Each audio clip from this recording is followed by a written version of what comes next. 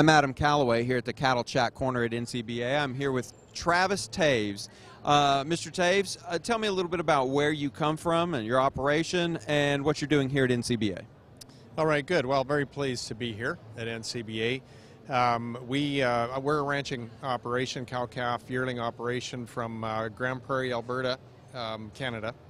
And I'm also with the Canadian Cattlemen's Association. I'm the former president of the CCA in Canada.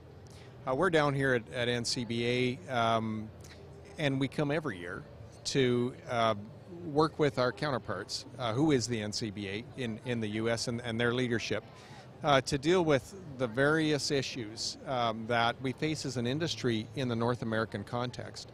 And so we've got a tremendous working relationship with the leadership of NCBA, and to us that's very important. It's important to maintain that good communication, good understanding of the issues on both sides of the border, and then be able to work collectively to deal with those issues. Talk a little bit about those issues, that how the United States agriculture affects Canada and vice versa. Sure. Well, I think the first thing it's important to understand is that really Canada and the U.S. have had very much an integrated cattle and beef industry over the years. The border has been, other than a few disruptions that have taken place, the border has largely been, simply just a line drawn between the two countries for most parts.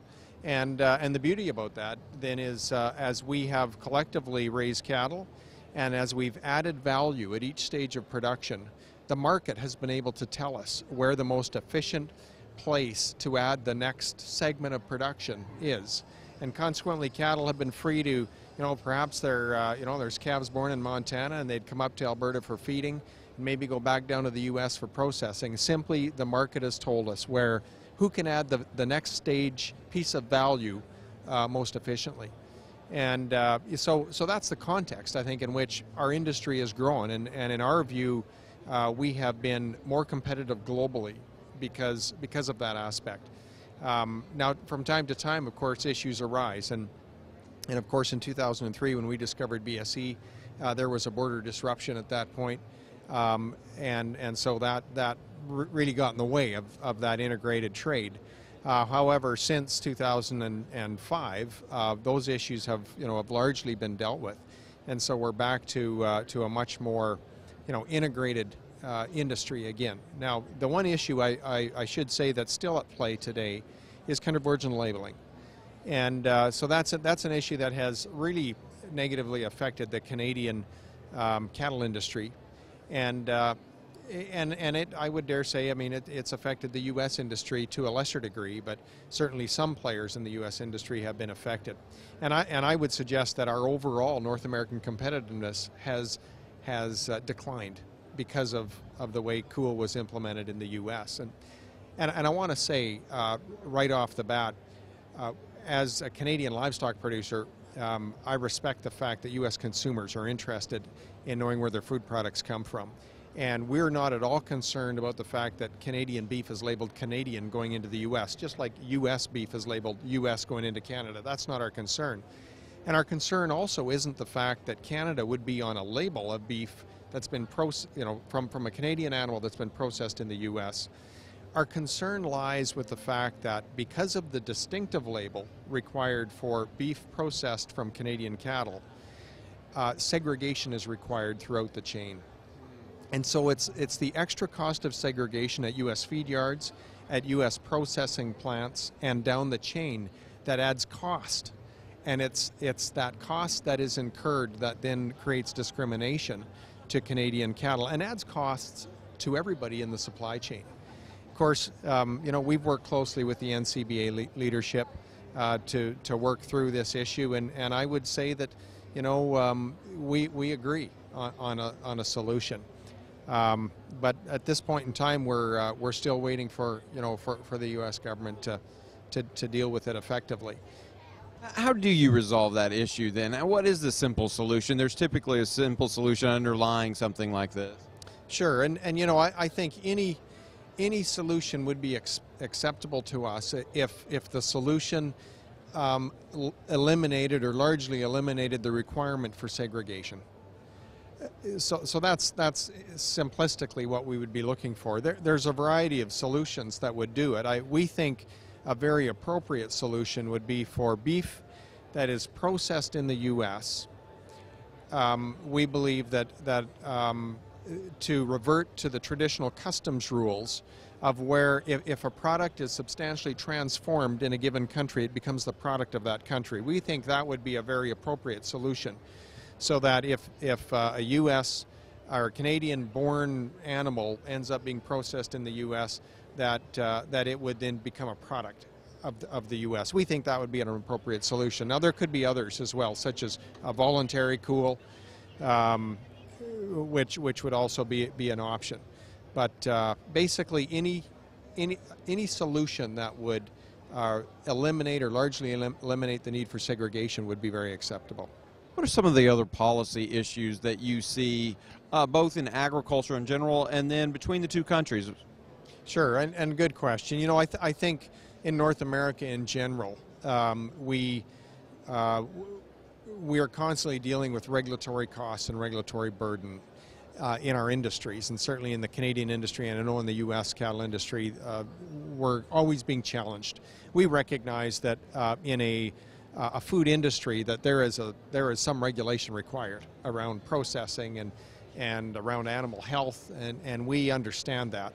And we also know that we benefit from a very robust food safety system, and that we absolutely need our consumers' confidence in our food safety system. But that being said, there is what we see in Canada, the tendency for regulatory creep.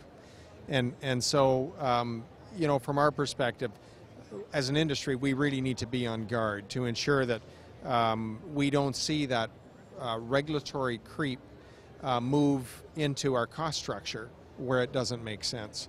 And so, you know, I think that's a common issue with both the U.S. and Canada. At times we see, you know, regulations come forward, whether they be environmentally motivated or perhaps motivated from an animal health standpoint, and even at times from a food safety standpoint, that simply don't make a lot of sense, but add a lot of cost. And it's those kinds of regulations that I think collectively we need to be on guard against, and not just complain about, but in fact go to legislators with a solution as to how to ensure that we get the outcome that everybody desires without adding any unnecessary regulatory costs.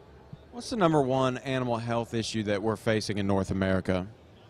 Well, you know, you may well get a different answer in different locations, but you know, I would suggest that you know, losses in feedlots due to you know, respiratory disease, stress-related respiratory ailments is still likely one of the real key issues in terms of cost to the industry. I mean, you know, we can take a look at reproductive diseases affecting reproduction, which are real.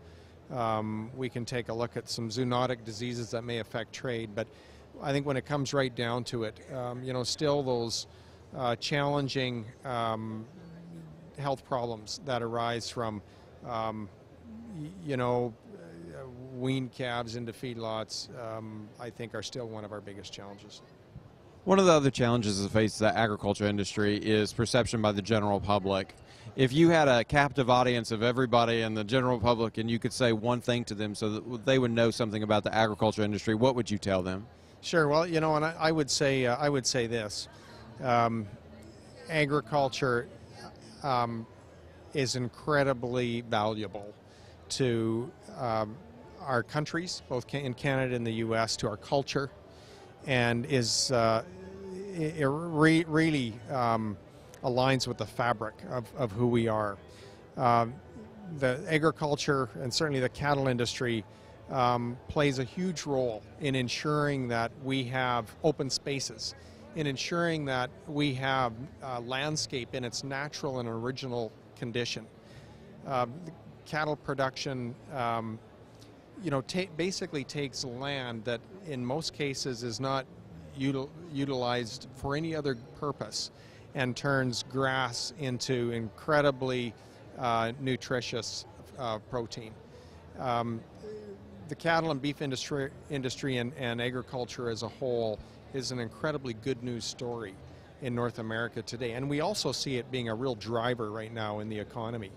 And so, you know, it's important for the general public to understand how important it is, not only to know that they've got a safe, abundant food supply, but also to know that, you know, in the process of creating that food supply, you've got an incredible driver to the economy, and you also have an industry that is really preserving those places, areas that we as North Americans really call home.